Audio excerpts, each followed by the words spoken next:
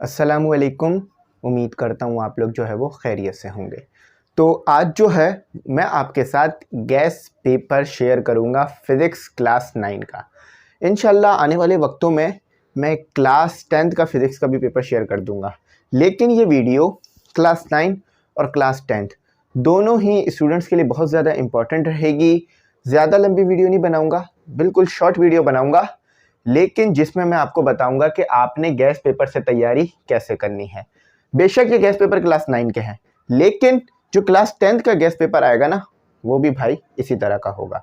तो थोड़ा टाइम निकालो, इस वीडियो को देखो ताकि आपको पता चल जाए गैस पेपर से तैयारी कैसे करनी है।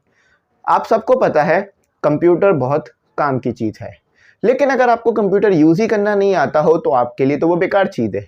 यही बात है ना। ये पेन लिखने के लिए काम आता है, लेकिन अगर कभी ये मार्कर, आप लोग फिर बोलेंगे ये मार्कर है पेन नहीं है, तो इसलिए मार्कर, ठीक है।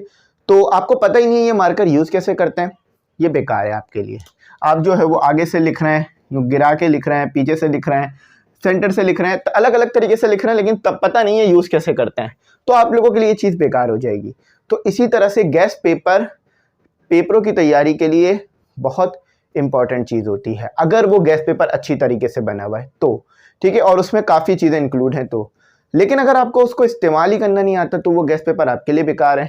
तो इसलिए किस तरह यूज़ करना है गैस पेपर ये भी बताऊंगा, और गैस पेपर क्लास 9 का दूंगा, आप लोग भी डाउनलोड कर लेना, फ्री है। लेकिन सिर्फ ये फिज़िक्स का पेपर मैं आपको दे सकूँगा, क्योंकि मैं यहाँ पर बता दूँ कि हमने गैस पेपर लिखने के लिए टीचरों को काफ़ी पे किया है, तो इसलिए मैं तमाम गैस पेपर तो शेयर नहीं कर सकूँगा, लेकिन क्लास 10th का फिज़िक्स का ज़रूर शेयर कर दूँगा ताकि आपके लिए आसानी हो जाए। जितना हो सके मैं कर देता हूँ। देखो ये गैस पेपर मैंने लिखा है तो इसलिए मैं फ्री में शेयर कर सकता हूँ। मैं अपने आप को आपके लिए कॉम्प्रोमाइज़ तो कर सकता हूँ, लेकिन किसी दूसरे को नहीं कह सकता कि आप भी मेरी तरह कॉम्प्रोमाइज़ करें जैसे मैं कर रहा हूँ, तो इसलिए मैं अपने आप को कर रहा हूँ कॉम्प्रोमाइज़। आ जाओ, अब बातें हो गई, इसको करते हैं। सबसे पहले तो इसका जो पैटर्न है वो आपके लिए बहुत ज़्यादा फ़ायदेमंद हो जाएगा। कैसे कि चैप्टर नंबर 1 के जितने भी इंपॉर्टेंट एमसीक्यूज़ हैं 10 वो मैंने एक जगह पे दे दिए हैं, ठीक है। ये 10 इंपॉर्टेंट एमसीक्यूज़ मैं उम्मीद करता हूँ इससे 1-2 भी आ गए, तो इसी तरह से आगे और चैप्टर्स के भी मौजूद हैं, ठीक है। तो 10 इंपॉर्टेंट एमसीक्यूज़ चैप्टर नंबर 1 के आपको सबसे पहले मिल जाएंगे। आप लोग 10 तो पढ़ चुके हो, तो चैप्टर नंबर 1 तो आपको पता है कौन सा है, फिजिकल क्वांटिटीज़ एंड मेजरमेंट्स, ठीक है। तो जो 10 इंपॉर्टेंट एमसीक्यूज़ है ना इस चैप्टर से, जो मोस्ट इंपॉर्टेंट है वो मैंने इसके अंदर आपको दे दिए हैं। साइड पे पेज चल रहा होगा, साइड पे पीडीएफ चल रहा होगा। अच्छा, इसका पीडीएफ डिस्क्रिप्शन में है, जाके जल्दी से डाउनलोड कर लेना। और हाँ, ये भी देख लो कि एमई एक्सपेरिमेंट लैब, ठीक है, इस चैनल को जाके जल्दी से सब्सक्राइब कर लो, क्योंकि इस चैनल पर मैं आपके लिए लाइव क्लासेस ले रहा हूँ और आप लोगों को वहाँ पर डिटेल्स प्रोवाइड कर रहा हूँ। तो इस चैनल को सब्सक्राइब कर लो, जो लाइव क्लासेस होंगी, जो मटेरियल होगा वो वहाँ पे मिल जाएगा। यही लिखना एमई एक्सपेरिमेंट लैब, आ जाएगा चैनल सबसे पहले, और मैं वहाँ पर आपको दिख जाऊँगा, ठीक है। तो दूसरा चैनल है मेरा बेसिकली, क्योंकि वहाँ पर मैं कुछ ऐसा मटेरियल शेयर करता हूँ जो यहाँ नहीं कर पा रहा होता हूँ, तो वो वहाँ दे देता हूँ आपको, और थोड़ा अपने मुताल्लिक भी शेयर कर देता हूँ चीज़ें। अच्छा, अब आ जाओ। तो 10 इंपॉर्टेंट एमसीक्यूज़, उसके कीज़ भी वहाँ पर मैंने दे दिए हैं, मतलब उसको वहीं सॉल्व भी कर दिया है, ताकि आपको एमसीक्यूज़ ढूंढने में ज़्यादा प्रॉब्लम ना हो, क्योंकि एमसीक्यूज़ मैंने कहाँ से दिए हैं शायद आपको ये मुश्किल होगी, तो इसलिए उन एमसीक्यूज़ को वहीं सॉल्व कर दिया है ताकि आपको वहीं तमाम चीज़ें मिल जाए, ठीक है भाई। ये तो हो गया।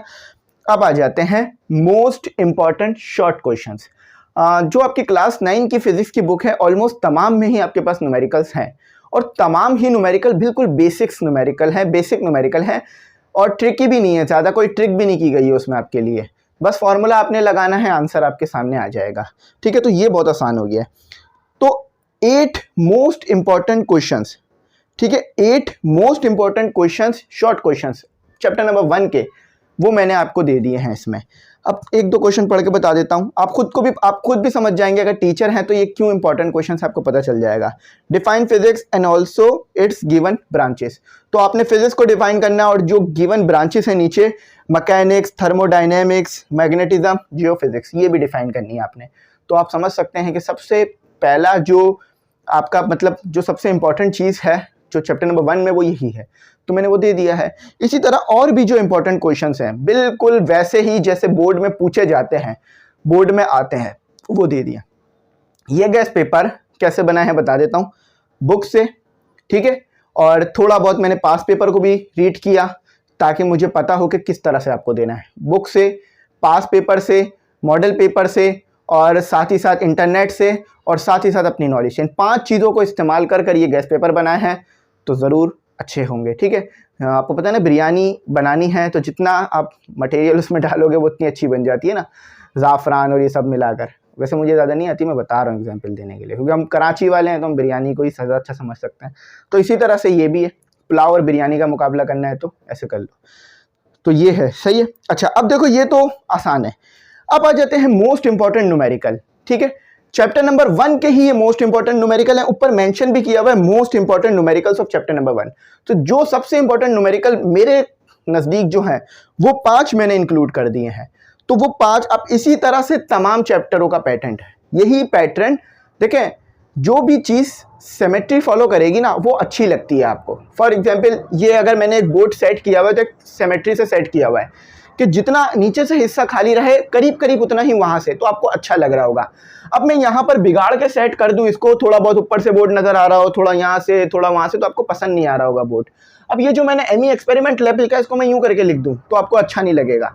तो इसी तरह से मैंने ये जो गैस पेपर बनाया ना, इसके अंदर एक सिमेट्रिक जो है वो पैटर्न फॉलो किया है। क्या कि हर चैप्टर के 10 इंपॉर्टेंट एमसीक्यूज आपको दे दिए हैं, हर चैप्टर के 5 जो है वो इंपॉर्टेंट न्यूमेरिकल आपको दे दिए लिखकर, हर चैप्टर के 8 इंपॉर्टेंट क्वेश्चंस शॉर्ट लिख के दे दिए, ठीक है। अच्छा, अब इसी के साथ साथ 3 इंपॉर्टेंट लॉन्ग क्वेश्चंस। देखो लॉन्ग क्वेश्चन से क्या मुराद है, कभी कभार बच्चे समझते हैं लॉन्ग क्वेश्चन का मतलब है 4 पेज का एक क्वेश्चन, कोई 3 पेज का एक क्वेश्चन, ऐसा कुछ नहीं है। लॉन्ग क्वेश्चन का मतलब है जितने भी पेज पे वो आ सके। फॉर एग्जाम्पल, अगर आपसे एग्जामिनर ने पार्ट में लॉन्ग क्वेश्चन पूछा है, आपसे पहले पूछ लिया गया है कि एक्सप्लेन डेंसिटी, तो आप क्या आप डेंसिटी 5 पेज पे लिखोगे? नहीं लिख सकते। लेकिन उसने डेंसिटी के साथ वॉल्यूम भी पूछा है, और वॉल्यूम के साथ आपको जो है वो मेजरिंग सिलेंडर का भी पूछ रहा है, तो तीनों चीजों को आपने अकेले अलग अलग एक्सप्लेन करना है। तो इस तरह का होता है लॉन्ग क्वेश्चन।